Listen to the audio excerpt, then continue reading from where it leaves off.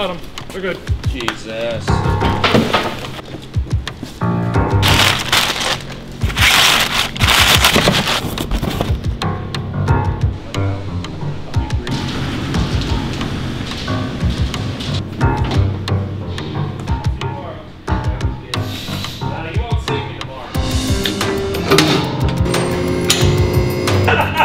I'm not kidding. I think.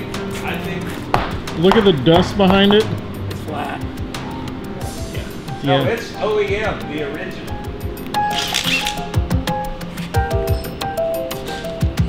Oh, he worked, yeah. I'm gonna paint it in red. And then, And all that Florida mud.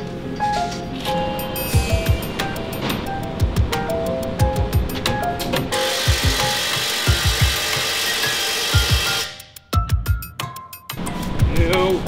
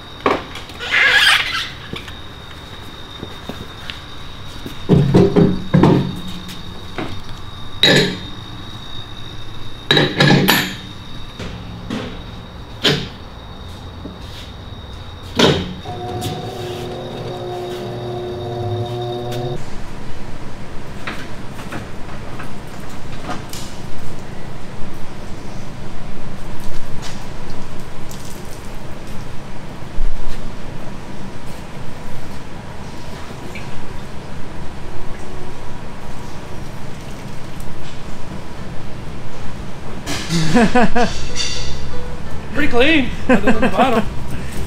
I'm just worried because the coolant that came out of it was almost clear. So that means I gotta go that way. 90,000 Explorer is an upgrade. Are you gonna pull it or are you just gonna play it? Is that the right? It doesn't look like it's the right way. I got it! I got it! Come here. Hit you with it while you turn around.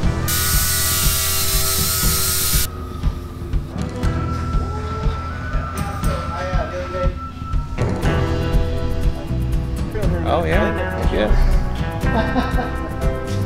What?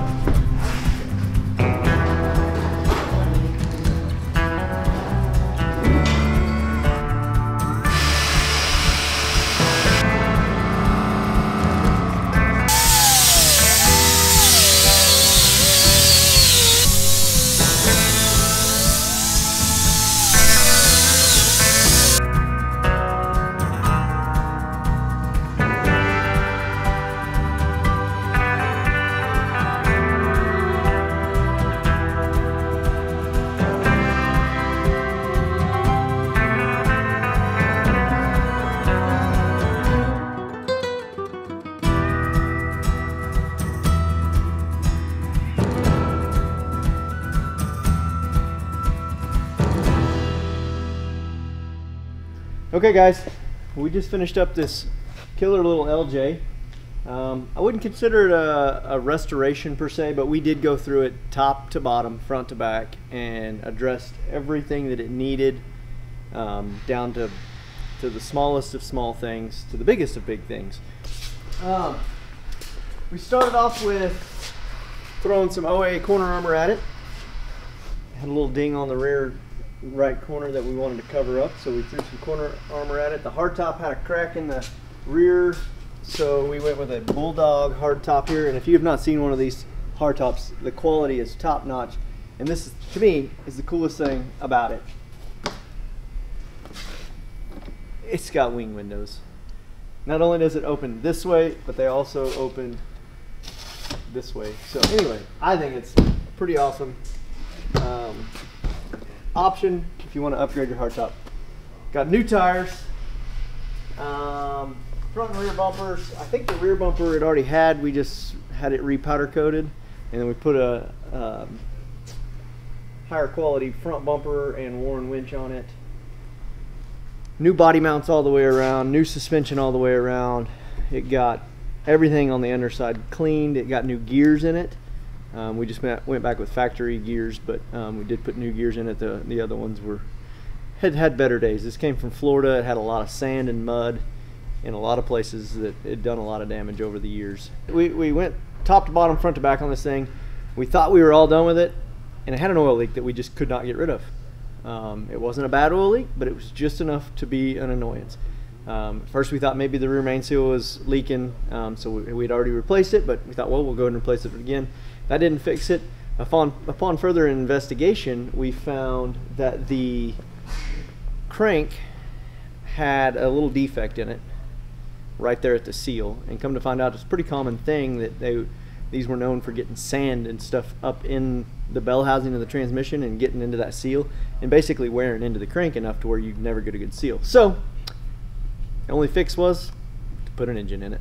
So I guess that's not the only fix, but that was the fix that we went with and the most reliable and quickest way to do it. So it's got a brand new engine in it, brand new clutch. Transmission was actually in good shape. Transfer case was in good shape, so we left those alone, just freshened everything up, new fluids and everything. And man, this is going to be a really good daily driver now. So we're going to get it up on the forklift, flex it out, get it up on our list over here, and talk about the suspension a little bit.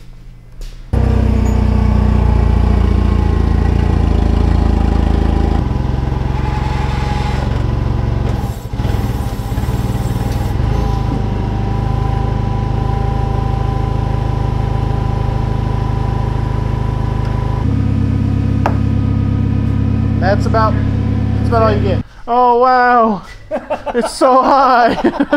Never mind. Never mind. It's like, Don't even put this on the video. It's embarrassing. So underneath we went with the Metal Cloak long travel short arm suspension system. I think this is a 3-inch lift if I'm not mistaken.